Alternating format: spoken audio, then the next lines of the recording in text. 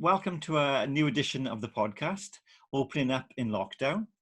I'm excited to interview our guest today, Professor Keith Lloyd, who is Dean of Swansea Medical School, a consultant psychiatrist with a research interest in suicide, self-harm and public mental health. He's also done a lot of work with projects with charities involved with mental health and the arts. So thank you for joining us, Keith. I'm really looking forward to having a chat with you today. And it'd be nice to start off, really. Perhaps you could talk us a bit about how you actually got where you are today in your journey into psychiatry. Yeah, Patrick, thank you for inviting me. It's great to be here. I trained in medicine a long time ago in London, and was always interested in psychiatry and mental health because since then there have been, the World Health Organization has said things like no health without mental health, and it was really obvious to me, both when I was training and as a junior doctor, that people's mental health and mental well-being had a real impact on their physical health and so many other aspects of their life. So I was lucky enough to go to the States for a while, to Baltimore, and work with some really inspirational people there.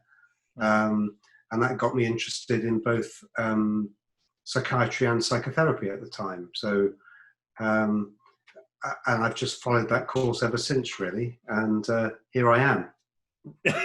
Yes, quite a journey, though. I'm sure you've preceded that down a little bit much, but So how did you? I suppose because it's interesting because and I think there is that perception of the psychiatrist as someone in a white coat, perhaps mostly male, and stuck away, coming out with a clipboard and passing out pills. And I suppose, did you obviously set out to challenge that stereotype at the time when you were younger? Did you feel very passionate about what you were doing to change things, do you think? Or, how so my friends and I, when we were at medical school, as a group of us, you were organised into what were called firms, which was about 10 of you. And we were a self-selecting group. And we all went on to do either general practice or psychiatry, bar one or two. And I think we were fairly hard work at the time because we were quite challenging. They're still some of my closest friends, and they've gone on to, some have stayed in medicine, some have gone on to do other things, or took time out of medicine. One did stand-up comedy for a few years and now writes. So lots of things like that. So I think we were fairly obnoxious, in fact, if I think back to it. Yeah. Okay, that's interesting. Yeah. What was your first sort of proper job, I suppose? Then coming out, was that as a psychotherapist then? No. No. Right. And my first I did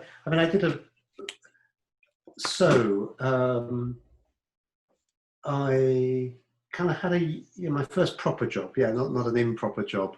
My first proper job was doing general medicine. And then general surgery, and then ear, nose and throat, and a bit of accident and emergency, and a few other things like that. Right. And then I stopped medicine for a year and did a degree in social anthropology at LSE, because I wasn't sure whether I wanted to go on at that point for a variety of reasons, some professional, some personal. Then I was fortunate enough to get a training place at the Bethlehem and Maudsley Hospital, so in South London, which is a very famous psychiatric hospital, the Bethlehem, as in Bedlam. Yeah, right. And stayed there for a few years. And that's how I got into it. That was my first proper job, really. It was a training. I became a consultant psychiatrist. I trained as a family therapist in amongst all that. I forgot that bit. Wow. And I went on to be a consultant psychiatrist in Exeter for a few years. Right, okay. And in Devon. That's an interesting... and did you say you did a full degree of social anthropology? That was a degree, was it? Or It was. It was a taught master's course, which went on for about a year because I was fascinated by it. Yes, and that's quite an interesting link, isn't it? We're looking at anthropology and, mental health around the world and the different cultures and the different norms, I suppose. That was quite a... Anthropology's got an interesting colonialist history as well. Yeah. which it's only kind of got to grips with in recent years. A bit Right. like, Bit like religion, you mean taking things and exporting their own value systems? Right. Appropriating stuff, and originally anthropology was about understanding how to control other societies. So if you wanted, in Victorian times, it was still very much in that kind of empire kind of mould, really. Right. Okay. Yes, because I remember when I was in university in Swansea, I did my first year course in anthropology. Margaret Mead. Yeah, all that stuff. Yes, yeah. Quite interesting. But no, I didn't realise. I almost like that sort of sense of the minister going abroad. You meant to change people's lives. Oh, yeah. Okay. Well, that's a great start, Keith. Where you're coming from, really. And you grew up in South Wales, is that right? As well. We spent some time in South Wales, but then we moved back to England, Right. and I went to did most of my schooling in England, which is why I sound the way I do. All right. Okay. Yeah. Okay. Another question, I suppose, doesn't have to be useful, but who were your role models, your inspirations, perhaps? I can see the great turntable in the background. If it was musicians or writers or psychiatrists. Yeah, all sorts of people really at different ages. Yeah. I suppose when I was about 5, it was probably Thunderbirds. Yes. I moved on from that. Good job. Yeah. So I guess, and my family, I guess, my friends have been that. And as I say, when I went to Baltimore, there was a guy there who's a very famous psychotherapist called Jerome Frank, who I was fortunate to spend some time with and stayed in touch for a while afterwards. Right. People I've worked with. You remember both positive role models and negative role models. Yes. I remember as a medical student, with my friends on the firm, being on a ward round and being asked by an elderly consultant to describe the surface markings of the carotid artery, which I sort of knew, but I fumbled it. I got it wrong. I was nervous and I fumbled it. And he said, I can remember him saying it, he said, well, you must be feeling pretty stupid in front of your friends not being able to describe that. And what I wanted to say was, well, actually, no, I'm thinking what a complete arsehole you are for thinking that teaching by humiliation is a good way of getting people to learn stuff. I mean, that wasn't what I said at the time. No. But that's interesting. So I think you asked me who my role models are. You also learn from the people who you don't want to be like. So it's totally true. Yeah, and we had a teacher going back a bit further, primary school, and if we would be talking in school, we were about 9 or 10 then, he would bang heads together. Could you imagine that these days? But what that does to a young person living in fear. And Mr. Hardwick, I'll always remember that name. And you're right. I thought I never wanted to treat people the way he would treat people. You had to bang a head together. I can almost feel that clunk now. But So and just drifting into the arts and that world, because you're a big, huge believer in arts and mental health, and obviously set up the project that I've been involved with. What sort of things were you listening to, reading to as a young man, young psychotherapist? As a teenager, I did English and French and things like that for A level to start with, and I can remember doing English, and we started doing poetry, and it's not a great poem, but it was a Thomas Hardy poem. It was the Darken Thresh, which is just a very and I just thought, and it's got a very la-di-da-di-da-di-da-di-da rhyming scheme, but the imagery in it, the way he just kind of conjures up this thrush and the turn of the century, the 19th century turning into the 20th century, it just kind of was a wow moment for me. Yeah. And there've been a few other things like that down the years. So I've always been a big fan of poetry, which is what I've enjoyed so much about working with yourself, and also found so impressive about those mental health poetry events that we had. I thought they were so powerful. Some of the standard, the quality of the poetry was so good and so powerful. I think done well, poetry is one of the most powerful mediums. Yes. I guess part of the reason, and of course you know, everybody like Dylan Thomas, you've got to go there at some point. Yeah. And I can remember reading things like Sailing to Byzantium and stuff like that, and just loving falling into the words, just falling into the poem and being in it. So things like that, I guess, were some of the early stuff. At the same time, I was listening to some quite different music. Where I went to secondary school, a place called Aylesbury, and it had a really good music club called Friars, which had all sorts of really good bands playing. And it was at the time when I saw people like The Clash, The Jam, and all those kinds of things at that time. Great. So and we were sort of talking a little bit earlier about the stuff that you're doing with the Manics now, or James Dean. Yeah. And you know, and the Clash became my soundtrack, I think, but for a number of years back then. And that's interesting. That's fantastic to see the Jam as that three-piece and the Clash, you know. And it's something you said about falling into the words.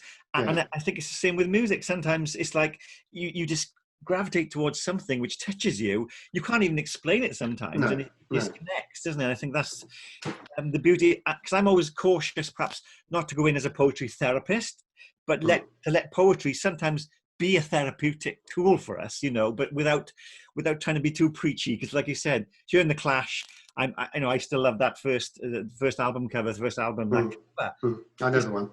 I just would go and stare at it in the record shop. I couldn't afford it at that time. So it's quite an interesting that way in, I think. It's quite subtle, really, and quite beautiful, you know, in the way you described the Darken Thresh. It's just something there. And I think by offering that to people, just pushing it out there. Yes, I think it has many different ripples to our mental health, you know, our souls, if you like. So sometimes, sometimes I listen to music to get my head in the right place. To protect the innocent and not so innocent, I won't say where it was, but there was a psychiatric hospital where I would be going to see patients. And to get my head in the right place to go in there, I would usually listen to If You Tolerate This at full volume in the car as I went up the drive. Really? And it was just really helpful in kind of centering you to think about what you were doing. Yes, yeah, definitely. Moving slightly out of, I suppose, the then now, and looking at today's sort of mental health system, you know, I know it's quite a wide question, but maybe you could point out a few things that you feel are successes, failures, perhaps, that you see overarching in the mental health system. Any thoughts, Keith, on that? I'm essentially an optimist about mental health services. I think there's a lot wrong with them, but I think that the people who work in them genuinely try to do the best they can most of the time. And there are some really good things going on in Wales and around the world, really. Yeah. So I think things that we do less well is we don't provide enough psychological therapies for people. I think there's some, for people with anxiety and depression, actually it's a really good alternative to medication. If you can get it, the waiting lists are too long. Yeah. For people with certain kinds of conditions, there are other psychological therapies like dialectical behavior therapy, which can be life-changing for a whole bunch of people. It's really hard to get. What is that? I don't know what that is. Sorry, Keith. What is that? So dialectical behavior therapy is for people who have what some people call borderline personality. So people who really struggle with either being with people or being on their own. Their emotions are all over the place, and they've generally had quite traumatic lives. This is a form of therapy which can really help turn them around. Right. I've seen it work very well, but it's really not that widely available, and it could be much more so in Wales, I think. Right. Okay. So I think I've got to say something about medication as well. Medication gets a bad rap. For some things, if I was hearing voices and believe that people were trying to poison me and reading my thoughts, I would want someone to give me medication. Yeah. There's a real place for it. I think it goes wrong when people use it as a substitute for other things that should be available and aren't. I think that's where the arts and the third sector have a huge role to play in providing some of those things that arguably, you know, in a country that was the birthplace of the NHS, the state ought to provide. But, you know, that's a whole other discussion. Yeah. That's interesting. So it's that combination and that balance, you mean, and that the holistic approach. That's what you sort of advocate, really. Yes. Yes. Yeah. Okay. What other question? Oh, yeah. I wanted to ask. I suppose then going from the big societal sort of vision to yourself, really, and how. What have you learned about, particularly this time we've been living through, about yourself, perhaps? And then, secondly, do you have any mental health buffers or things that keep you, I suppose, on the level or going up and down the level? Yeah. What things, perhaps, work for you, to keep going? If that's okay. Yeah. I mean, it's really weird this time. Yes. It's just I've never ever lived through a period like this before. We had a celebration of the latest cohort of doctors who had just qualified from Swansea a week or so before, and I was saying to them that this might seem really weird, but weird stuff has happened before, and people have always come through it. All kinds of different weird stuff has happened at different times. I've been reading La Peste, the Plague, Camus. I read it years ago, read it again. And it's dated in some things, but his description of it and the weirdness of it is quite of now, really. What helps me, friends, family, stopping. I'm fortunate enough to have, a garden and be able to sit in my garden, which is hugely important to me. Lots of people can't do that. I think, and that's a big buffer as well. And that kind of gets into the issue of how this current period of coronavirus and austerity, which is coming, differentially affects people depending on their situation. So, money can't buy you love, but it sure helps. Definitely. It's a huge buffer, and one of the things that's going to happen is this. In the aftermath of this, the economic downturn of this is going to have a much bigger impact on the people who have less to start with. There's a huge socioeconomic gradient in mental health problems, common mental health problems like depression and anxiety and things like that. Suicide, it's already the leading killer in young men. If you're a man under the age of 35, you're more likely to die from suicide than you are from cancer or road traffic accidents or anything else. It's the biggest killer in the UK of men under the age of 35. And those are the people who are going to be hardest hit by. It's a generation that's going to be hit by the austerity that comes out of this, and it's beholden on us, the rest of us, to help them and support them. That's a point which my next question really was about, because the word austerity is bandied about sometimes, but obviously you and your colleagues see it at the coalface of and I wonder what effects you've seen over the last couple of years on mental health, literally, which you can sort of trace to austerity, benefit cuts, etc. You can draw a graph showing the relationship between the two over time, and the effect that it has on mental health. The other big problem has been the relative lack of investment and valuing of the health service by consecutive right-wing governments.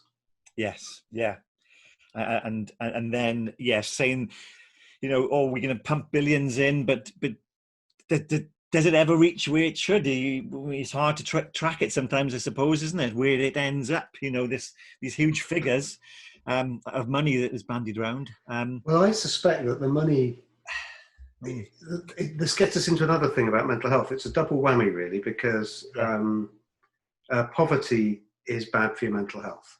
There's no doubt about it. Yeah. It also affects access to services, being able to get the sorts of treatments that you need. But the other problem is stigma about mental health.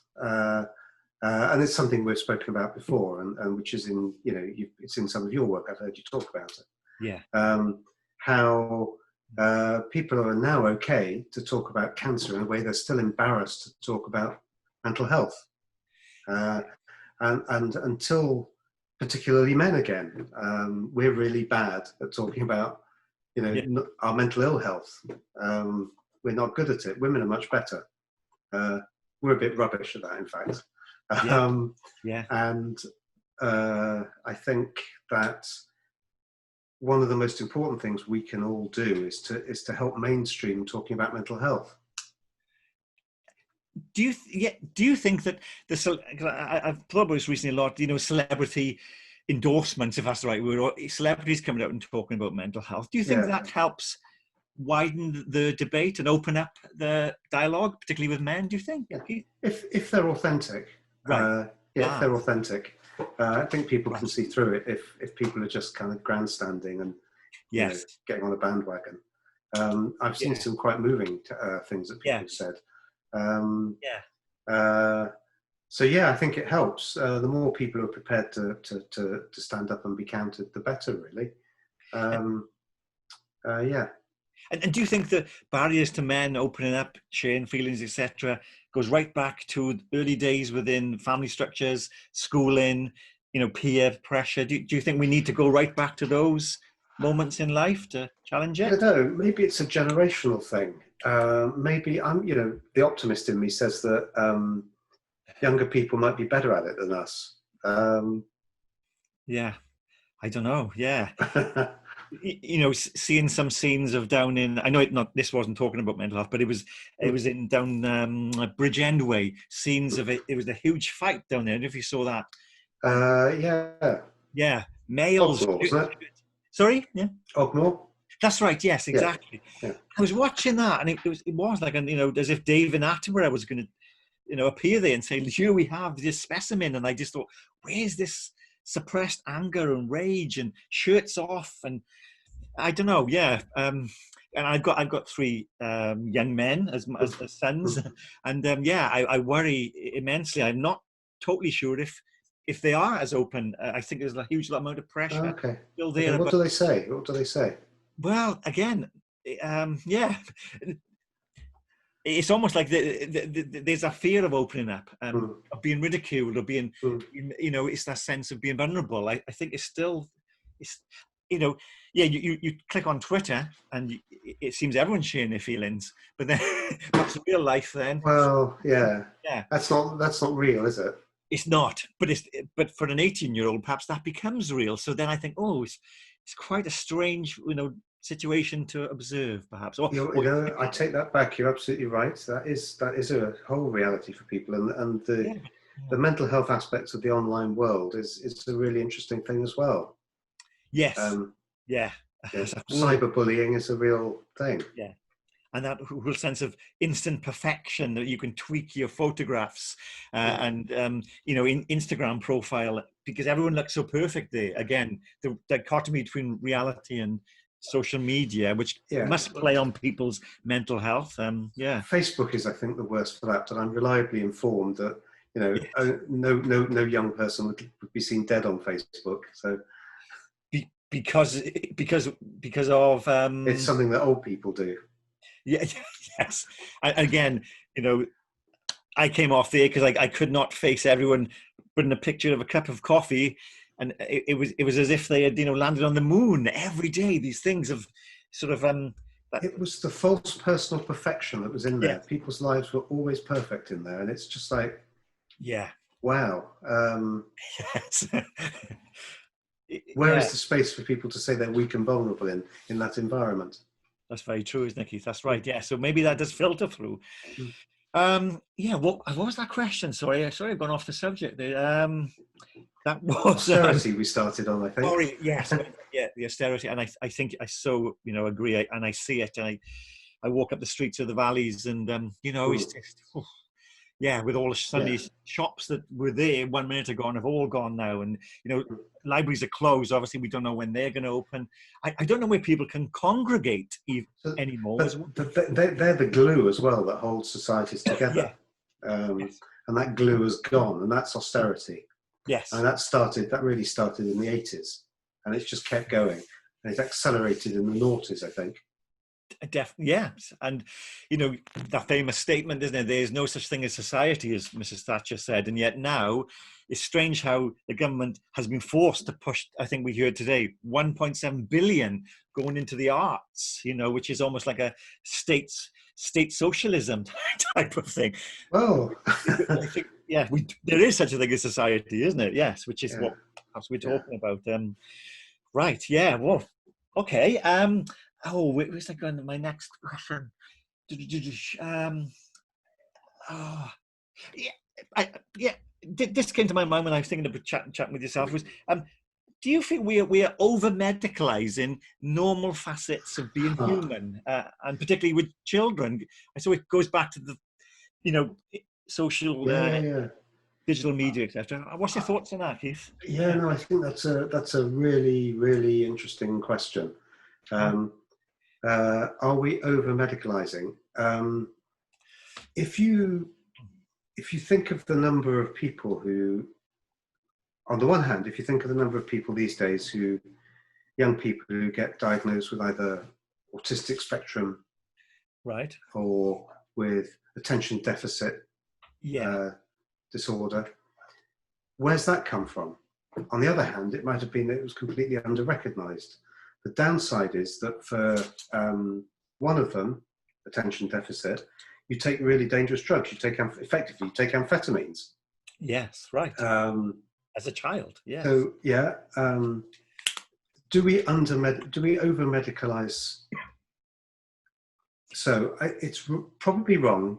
Lots of young people. We didn't recognize how many young people had depression and anxiety. We didn't recognize that. Giving them Prozac is not the answer, but we don't really have the alternative. So on the one hand, you've got to walk the line between recognizing things that can change people's life's trajectory forever, and also doing something about the ones that can be fixed. Yes, because if, like you said, you miss depression, which could lead to serious self-harm, suicide, or like you said, or if there's a sense that we are over-medicalizing and everyone has depression and panic, anxiety, it is that balance, I suppose. It must be a very difficult path to walk as a psychiatrist. And as you talked about, the suicide rate in men, that is a real problem. Obviously, that's not over-medicalizing. So it seems as if there's some thing. I mean, it's that's a fact. Yes. So it is an interesting, when you ponder it, of particularly depression, anxiety. Looking back, say 30 years ago, I remember growing up. I didn't really that wasn't in my vocabulary, perhaps because I was a teenager. But so I don't know how has society imposed that upon us, as it's forced us into all these new ailments, or are we noticing them, or are we exaggerating them? I suppose that's my. If you ever work it out, you've got to tell me. Well, I'm just a poet. Yeah, I get an easy job. Really. And my final question, Keith, really is, big one, I suppose. If you had a magic wand and could as we come out of lockdown, perhaps, what sort of society or what things could you put in place if you were Boris Johnson, I suppose? And you could. I take that back. Sorry, if you were, yes, Prime Minister. There we go. Yeah. Well, I guess I'll start from what I know about Yeah. mental health. I would want mental health to be treated exactly the same on a level playing field with physical health. And if I could do that, that would be enough. I'd settle for that. Yeah. Do you think that would really, I think that make a huge change in our, yes, how it's the balance you're talking about, really. It's not just a second division health situation then. Yeah. Yeah. It's Yeah, it's huge. It's huge. For me, that would be it. I'd settle for that. Okay, thank you, Keith. Well, really enjoyed the conversation. It's really lovely talking to you as ever. So thanks. thank you very much.